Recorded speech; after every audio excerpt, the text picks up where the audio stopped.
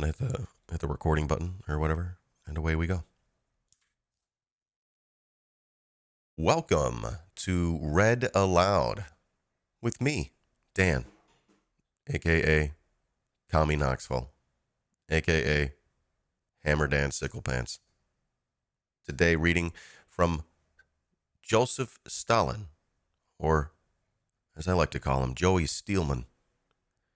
His theoretical, his primary, his foremost contribution to Marxist theory. This on the national question, on nationality. His work entitled Marxism and the National Question. He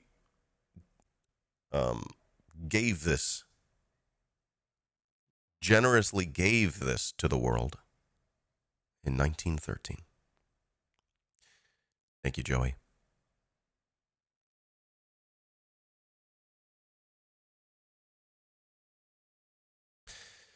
Chapter 5.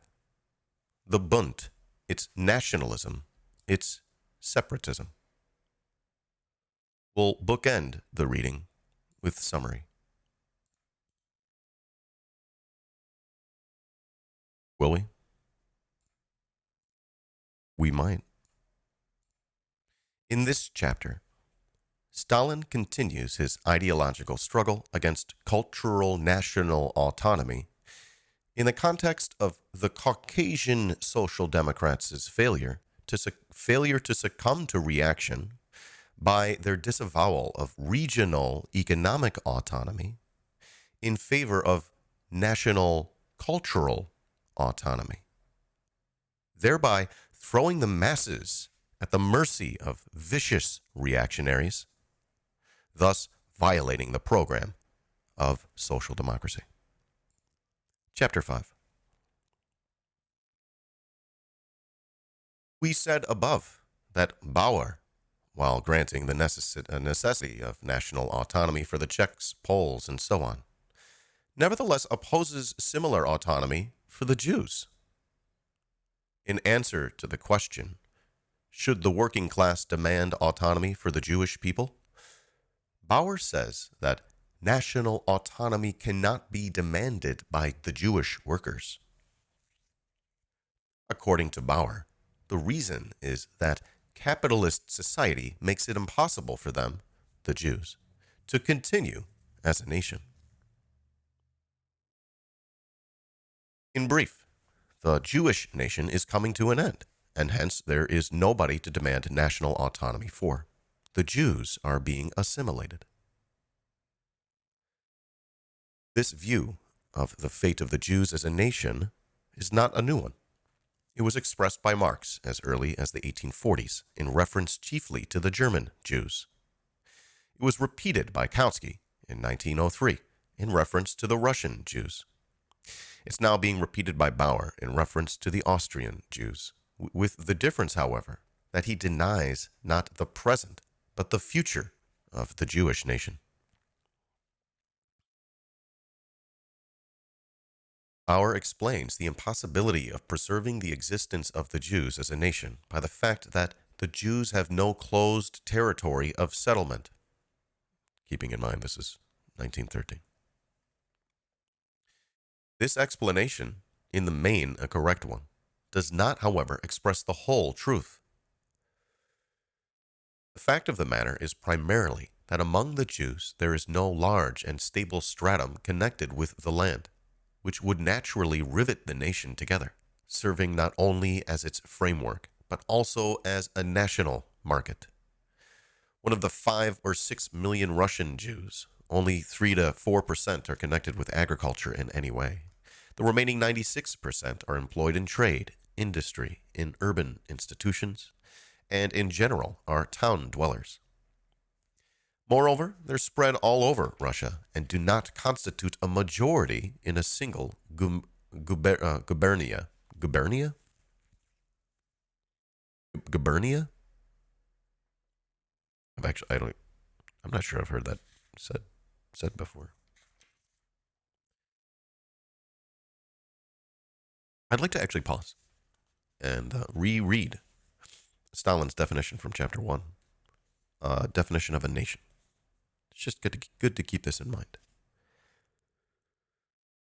A nation is a historically constituted, stable community of people formed on the basis of a common language, territory, economic life, and psychological makeup manifested in a common culture.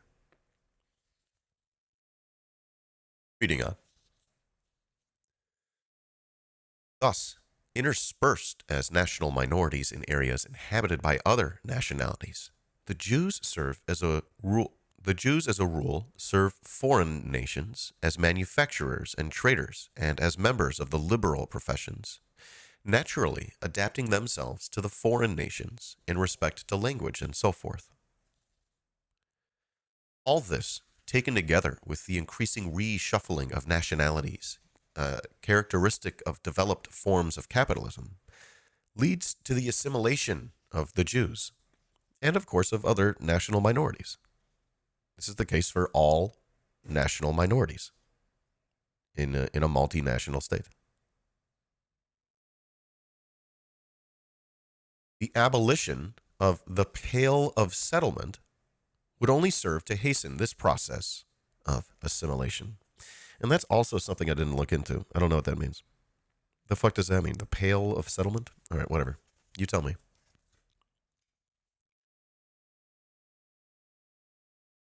Guess I should be looking these things up before I get on here to stream, huh? I don't have the time, you know? I figure we could work together.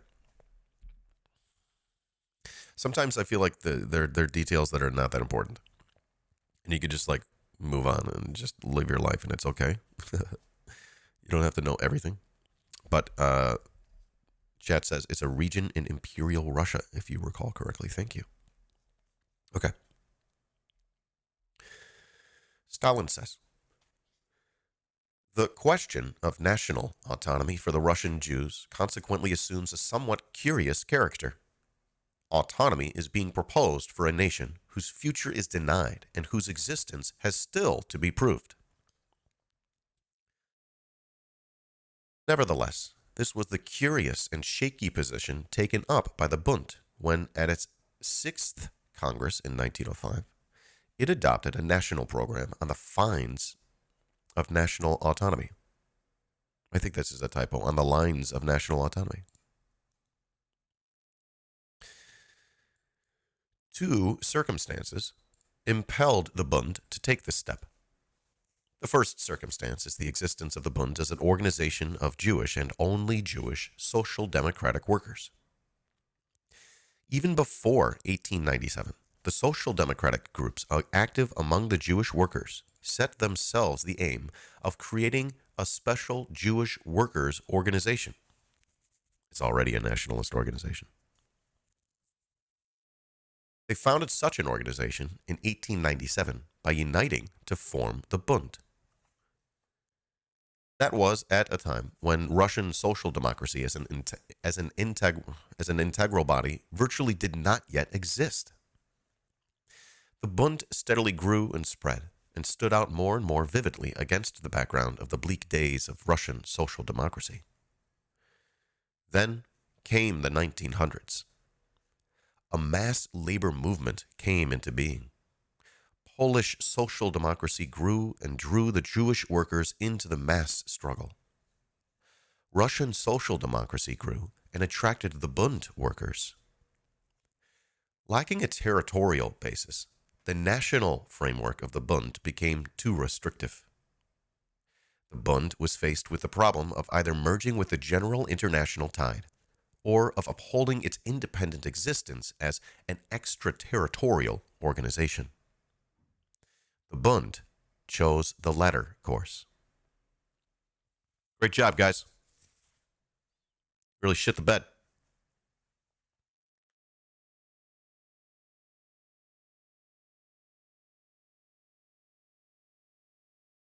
Thus, grew up the theory that the Bund is the sole representative of the Jewish proletariat. But to justify this strange theory in any simple way can become impossible. Some kind of foundation on principle, some justification on principle was needed. Cultural national autonomy provided such a foundation. The Bund seized upon it, borrowing it from the Austrian Social Democrats. If the Austrians had not had such a program, the Bund would have had invented it in order to justify its independent existence on principle. Thus, after a timid attempt in 1901, the Fourth Congress, the Bund definitely adopted a national program in 1905, the Sixth Congress. The second circumstance is the peculiar position of the Jews as separate national minorities within compact majorities of other nationalities in integral regions. We have already said that this position is undermining the existence of the Jews as a nation, and puts them on the road to assimilation, as is the case with many other national minorities that are in the process of assimilating instead of like growing as a nation. And okay, reading on.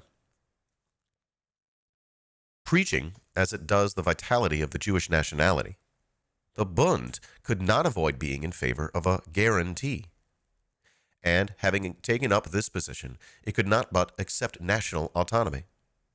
For if the Bund could seize upon any autonomy at all, it could only be national autonomy, that is, cultural national autonomy. There could be no question of territorial political autonomy for the Jews, since the Jews have no definite integral territory.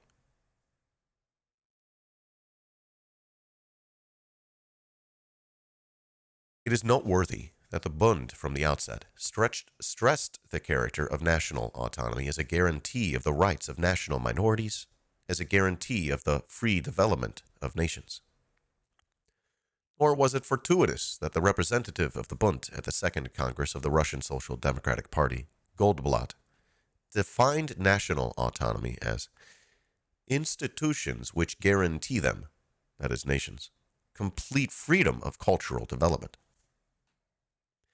A similar proposal was made by supporters of the ideas of the Bund to the Social Democratic group in the Fourth Duma. In this way, the Bund adopted the curious position of national autonomy for the Jews.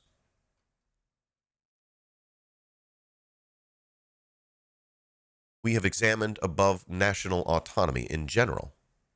The examination showed that national autonomy leads to nationalism. We shall see later that the Bund has arrived at the same end point. But the Bund also regards national autonomy from a special aspect, namely from the aspect of guarantees of the rights of national minorities. Let us also examine the question from this special aspect. It is all the more necessary since the problem of national minorities, and not of the Jewish minorities alone, is one of serious moment for social democracy. And so, it is a question of institutions which guarantee nations complete freedom of cultural development. But what are these institutions which guarantee, etc.? They are primarily the National Council of Springer und Bauer, something in the nature of a diet for cultural affairs. But can these institutions guarantee a nation complete freedom of cultural development? Can a diet, a deliberative assembly, for cultural affairs guarantee a nation against nationalist persecution? The Bund believes it can, but history proves the contrary. At one time, a diet existed in Russian Poland. It was a political diet, and of course endeavored to guarantee freedom of cultural development for the Poles, but far from succeeding in doing so. it itself succumbed in the unequal struggle against the political conditions generally prevailing in Russia. Oh, so there's something bigger here. A diet has been in existence for a long time in Finland, and it too endeavors to protect the Finnish nationality from encroachments. But how far it succeeds in doing so, everybody can see. No one wants to be you guys, Finns. Okay, no one wants to be like you.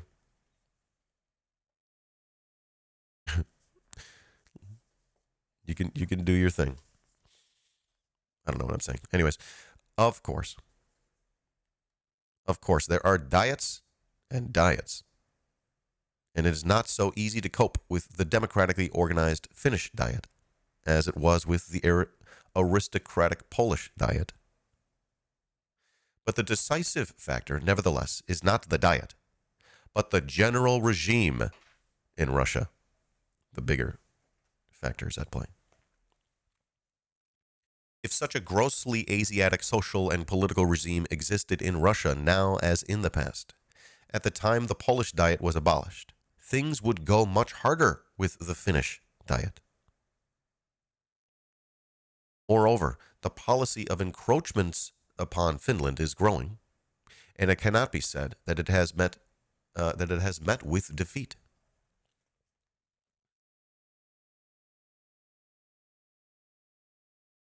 He says, if such is the case with old, historically evolved institutions, political diets, still less with young diets, young institutions, especially such feeble institutions as cultural diets, be able to guarantee the free development of nations? By what army?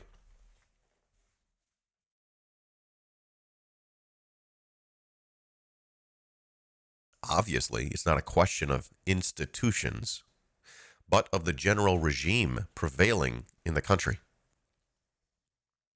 If there is no democracy in the country, there can be no guarantees of complete freedom for cultural development of nationalities. One may say with certainty that the more democratic a country is, the fewer are the encroachments made on the freedom of nationalities, and the greater are the guarantees against such encroachments. Welcome in.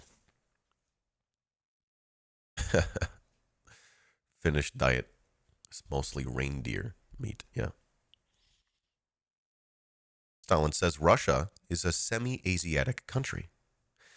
Therefore, in Russia, the policy of encroachments not infrequently assumes the grossest form, the form of pogroms.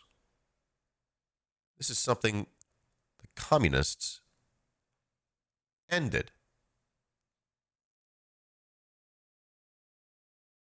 It need hardly be said that in Russia, guarantees have been reduced to the very minimum.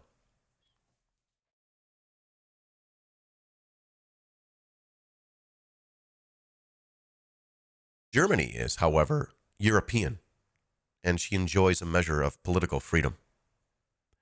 It is not surprising that the policy of encroachments there never takes the form of pogroms.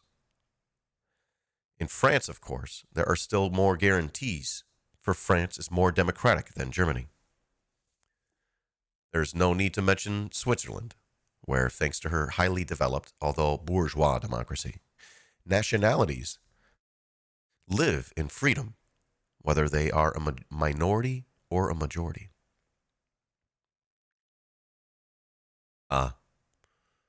There it is, the Nordic answer to capitalism.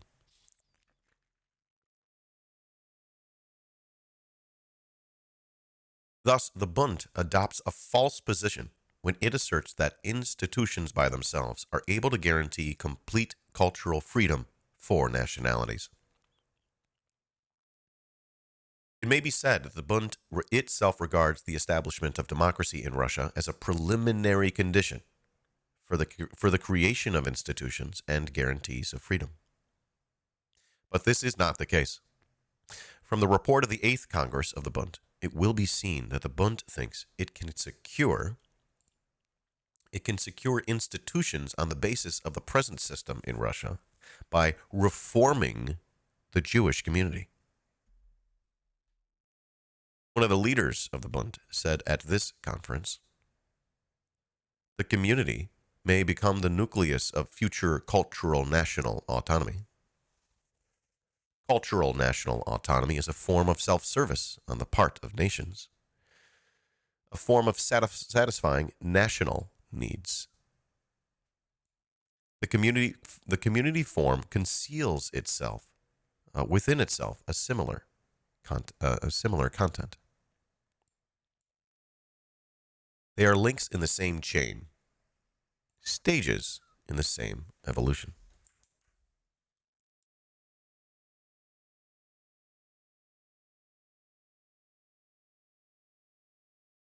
On this basis, the conference decided that it was necessary to strive for reforming the Jewish community and transforming it by legislative means into a secular institution, democratically organized.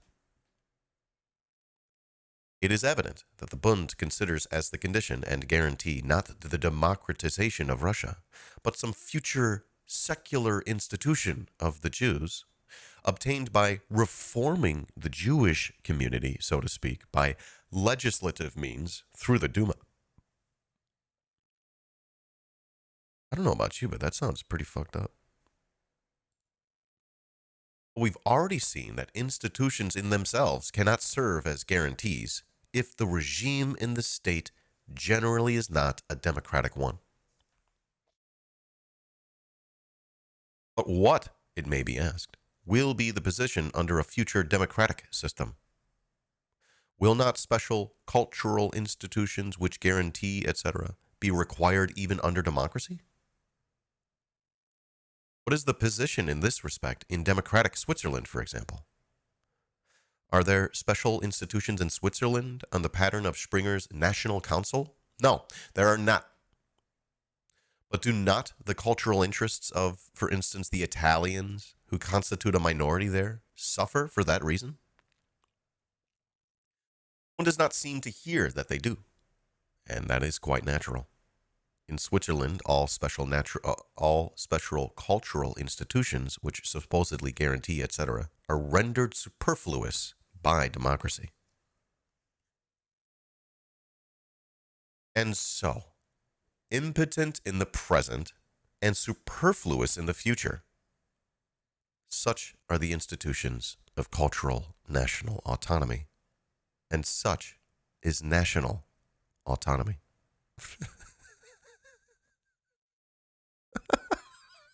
That's so funny to me. The shade, the derision, so funny.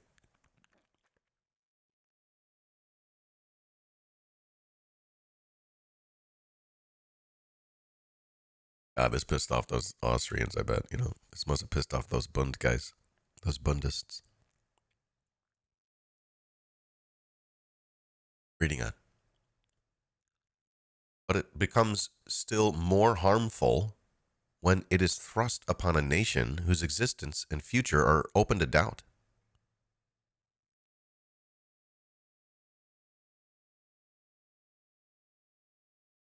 What he's saying is, cultural national autonomy isn't just not good, it's bad.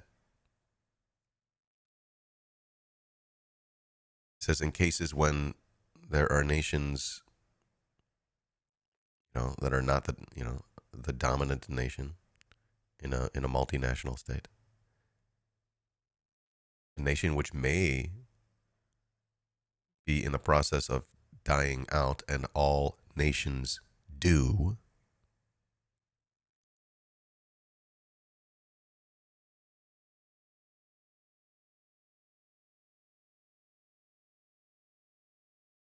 And that if you try to apply this sort of national cultural autonomy, irrespective of territory, it could actually harm the working class movement. He says, in such cases, the advocates of national autonomy are obliged to protect and preserve all the peculiar features of the nation, the bad as well as the good, just for the sake of saving the nation from assimilation, just for the sake of preserving it. That the Bund should take this dangerous path was inevitable, and it did take it. We're referring to the resolutions of recent conferences of the Bund on the question of the Sabbath, Yiddish, etc. Social democracy strives to secure for all nations the right to use their own language. But that does not satisfy the Bund. It demands the rights of the Jewish language be championed with exceptional persistence. Seems like they want special privileges. And the Bund itself in the elections to the Fourth Duma declared that it would give preference to those of them, that is electors, who undertake to defend the rights of the Jewish language. Not all languages, the Jewish languages. That's right. Not the general right of all nations to use their own language, but the particular right of the Jewish language, theirs. They're fighting for their own rights, not for everyone's rights, generally. They're fighting for specifically their own rights. Stalin says, let the workers of the various nationalities fight primarily for their own language, the Jews for the Jewish, the Georgians for the Georgian, and so forth. The struggle for the general right of all nations is a secondary matter. You do not have to recognize the right of all oppressed nationalities to use their own language, but if you have recognized the right of Yiddish, know that the Bund will vote for you. The Bund will prefer you. But in what way, then, does the Bund differ from the bourgeois nationalists? Stalin asks. He says social democracy strives to secure the establishment of a compulsory weekly rest day. Nice. You get a day off. Better than before. But that does not satisfy the Bund. It demands that, by legislative means, the Jewish proletariat should be guaranteed the right to observe their Sabbath and be relieved of the obligation to observe another day. They get another day. We get an extra day off because, we just got this cool little hat. What?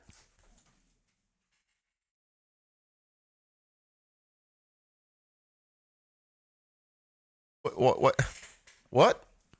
I thought we were all working together here.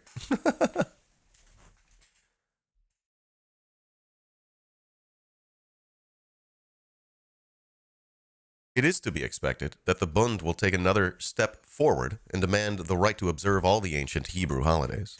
Oh, you're going to take these days off too? Okay, cool. And we'll just keep working, because we don't have the tiny hat. And if, to the misfortune of the Bund, the Jewish workers have discarded religious prejudices and do not want to observe these holidays, the Bund, with its agitation for the right to the Sabbath, will remind them of the Sabbath. It will, so to speak, cultivate among them the Sabbatarian spirit.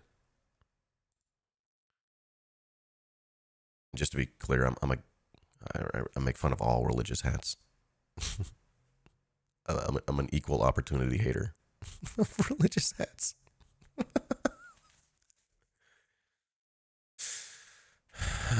Except the colander, because that's funny, because it's making fun of your religious hats. Are there any good religious hats? I can't think of a single one. All I can think of is those pointy white ones. Okay. Reading on. We're getting to the Bund making their demands of special privileges here. He says, quite comprehensible, therefore, are the passionate speeches delivered at the 8th Congress of the Bund, demanding Jewish hospitals. A demand that was based on the argument that a patient feels more at home among his own people, that the Jewish worker will not feel at ease among Polish workers, but will feel at ease among Jewish shopkeepers. Preservation of everything Jewish, conservation of all the national peculiarities of the Jews, even those that are patently harmful to the proletariat, isolation of the Jews from everything non-Jewish, even the establishment of special hospitals. That is the level to which the Bund has sunk. I don't think he likes the Bund. You guys? I think he doesn't like the Bund. He says, Comrade Plekhanov was right 1,000 times over when he said that the Bund is adapting socialism to nationalism. Uh-oh, where have I heard this before? Hold on. Checking my notes. Oh, shit. What he's saying is they're not adopting nationalism to socialism. They're adapting socialism to nationalism, as in nationalism is the foremost thing. Of course, V. Kosovsky and Bundists like him may denounce Plekhanov as a demagogue. A paper will put up with anything that is written on it.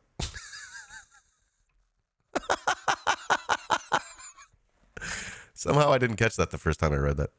He says, but those who are familiar with the activities of the Bund will easily realize that these brave fellows are simply afraid to tell the truth about themselves and are hiding behind strong language about demagogy. Demagogy? That's a one I've not heard out loud before either. That's really funny, dude. That is so funny. Oh my lord above. Oh my god. It's just a funny guy. He's a funny guy. These guys have fucking... These guys have like swagger in their writing. It's nuts. How do you do that? How do you do that? You know what I mean? That's incredible. Okay. He says, but since it holds such a position on the national question, the Bund was naturally obliged, in the manner of organization also, to take the path of segregating the Jewish workers, the path of formation of national curie within social democracy. An electoral college to the Duma. He says, such is the logic of national autonomy. And in fact, the Bund did pass from the theory of sole representation to the theory of national demarcation of workers. The Bund demands that Russian social democracy should, in its organizational structure, introduce demarcation according to nationalities. Sounds bad. From demarcation, it made a step forward to the theory of segregation. It is not for nothing that speeches were made at the 8th Congress of the Bund, declaring that national existence lies in segregation. Whoa. Organizational federalism harbors the elements of disintegration and separatism. The Bund is heading for separatism. Isn't this fucking nuts? So then, like, Hitler gets to come along 20 years later and go, I'm not anti-Jewish. See, they actually came up with the idea themselves. That fucked up.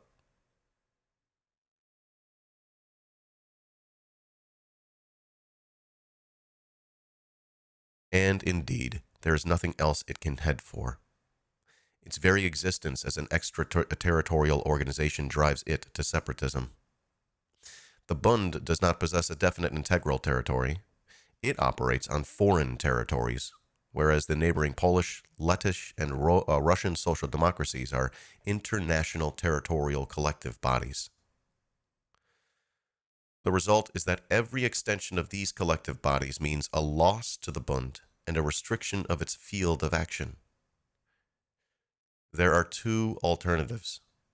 Either Russian social democracy as a whole must be reconstructed on the basis of national federalism, which will enable the Bund to secure the Jewish proletariat for itself, or the territorial international principle of these collective bodies remains in force, in which case the Bund must be reconstructed on the basis of internationalism, as is the case with the Polish and Lettish social democracies. This explains why the Bund from the very beginning demanded the reorganization of Russian social democracy on a federal basis. Oh, that's why you. Okay, now I get it. In 1906, yielding to the pressure from below in favor of unity, the Bund chose a middle path and joined Russian social democracy. Oh, you're starting to come to your senses, huh? Thank God. You guys have learned. Cool. We're going to be able to just fucking join together in unity, irrespective of whatever nationality we are, and we could work on maybe we can maybe do a revolution or something, right? Yeah, we're going to work together, right? Right? We're going to work together, right? Right? He says, but how did it join? Whereas the Polish and Lettish social democracies joined for the purpose of peaceable joint action, the Bund joined for the purpose of waging war for a federation. Oh, you guys are just a bunch of assholes.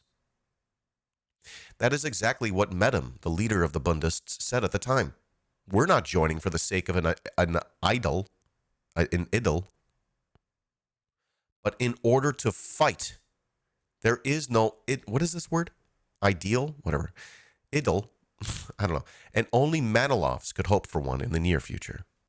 The Bund must join the party armed from head to foot. Okay. You're not my comrade. You're my enemy. It would be wrong to regard this as an expression of evil intent on Medem's part. It is not a matter of evil intent, but the peculiar position of the Bund, which compels it to fight Russian social democracy, which is built on the basis of internationalism. And in fighting it, the Bund naturally violated the interests of unity.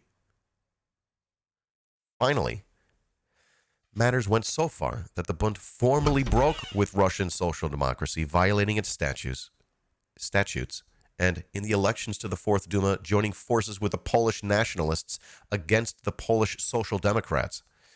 Fucking Bund. It's just idle. Thank you. Welcome in, Rivethead. Welcome in, comrade. The Bund has apparently found that a rupture is the best guarantee for independent activity. And so the principle of organizational demarcation led to separatism and to a complete rupture. Great job, guys.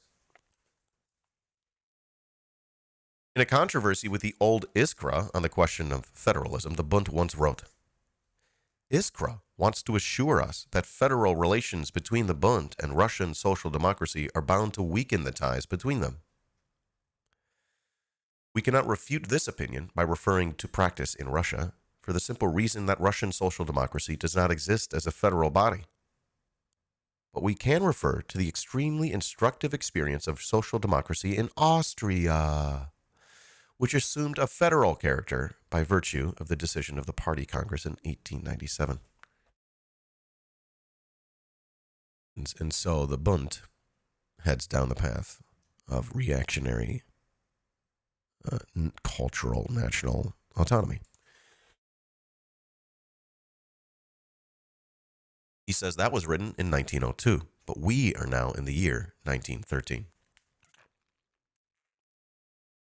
We now have both Russian practice and the experience of social democracy in Austria. What do they tell us? Let us begin with the extremely instructive experience of social democracy in Austria. Up to 1896, there was a united social democratic party in Austria. Oh, great. United. In that year, the Czechs at the International Congress in London, for the first time, demanded separate representation, and were given it. In 1897, at the Vienna or Wimberg Party Congress, the United Party was formally liquidated, and in its place, a federal league of 6 national social democratic groups was set up. Great job. Subsequently, these groups were converted into independent parties, which gradually severed contact with one another. Following the parties, the parliamentary group broke up. National clubs were formed. It's getting worse. Next came the trade unions. Oh no. The trade unions also split according to nationalities. Oh no. Even the cooperative societies were affected. Oh fuck. The Czech separatists calling upon the workers to split them up. What the fuck is going on here? This is poison. We will not dwell on the fact that separatist agitation weakens the workers' sense of solidarity and frequently drives them to strike breaking. Thus, the extremely instructive experience of social democracy in Austria speaks against the Bund and for the old Iskra. Sockdems like things that are good, like things that are bad, and they hate things that are good. It's because they're effectively liberals.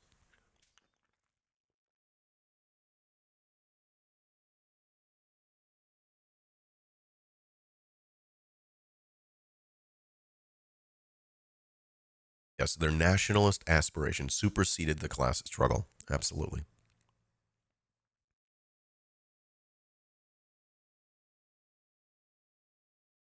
You know, if the word tanky existed back then, the Bundists would have been calling Stalin a tanky. He says. He says federalism in the Austrian party has led to the most outrageous separatism, to the destruction of the unity of the labor movement. We've seen above that practical experience in Russia also bears this out. Like the Czech separatists, the Bundist separatists have broken with the general Russian Social Democratic Party. As for the trade unions, the Bundist trade unions, from the outset, they were organized on national lines. That is to say, they were cut off from the workers of other nationalities. It was always like this. Complete segregation and complete rupture, that is what's revealed by the Russian practical experience of federalism.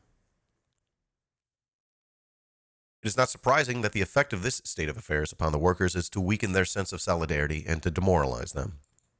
And the latter process is also penetrating, wink, the Bund.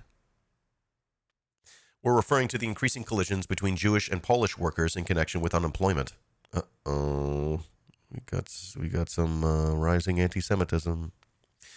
Here's the kind of speech that was made on the subject at the 9th Congress of the Bund.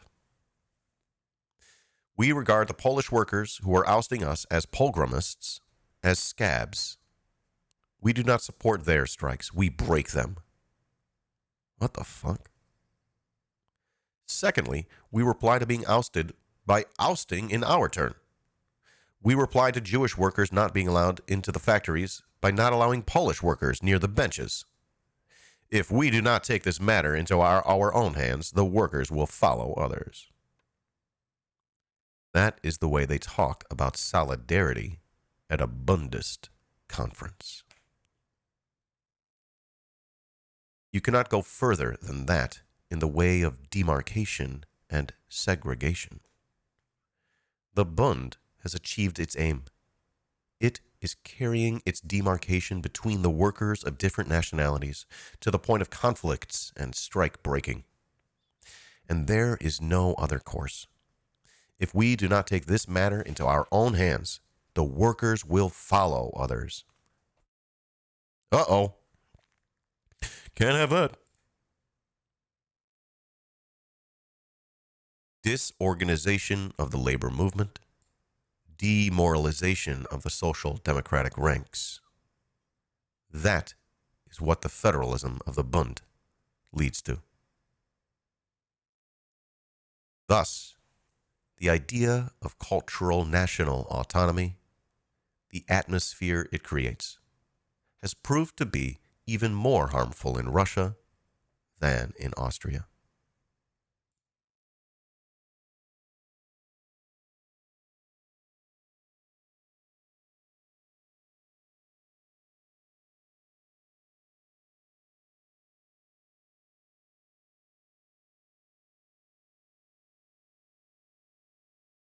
Huh?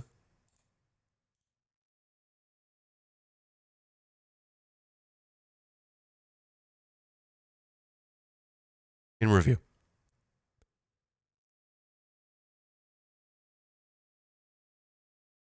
That was chapter 5, right?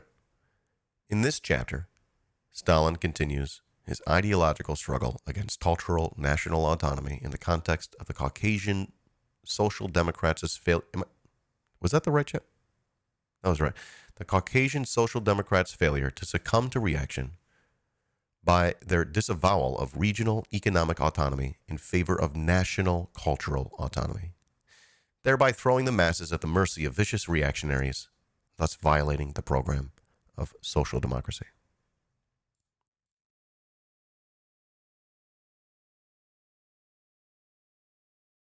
And also the Bund.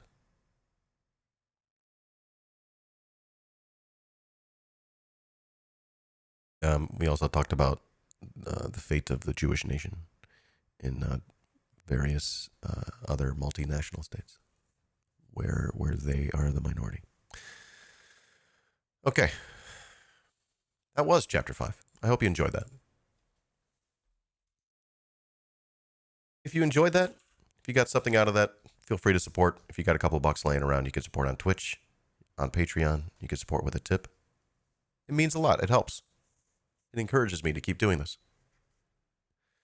And it helps me pay my bills, and I need to do that. Okay. Thanks for being with me. If you're watching live, stick around. Thank you very much. If you're watching the replay, obviously go check out chapter 6. And we'll see you next time. Love your face.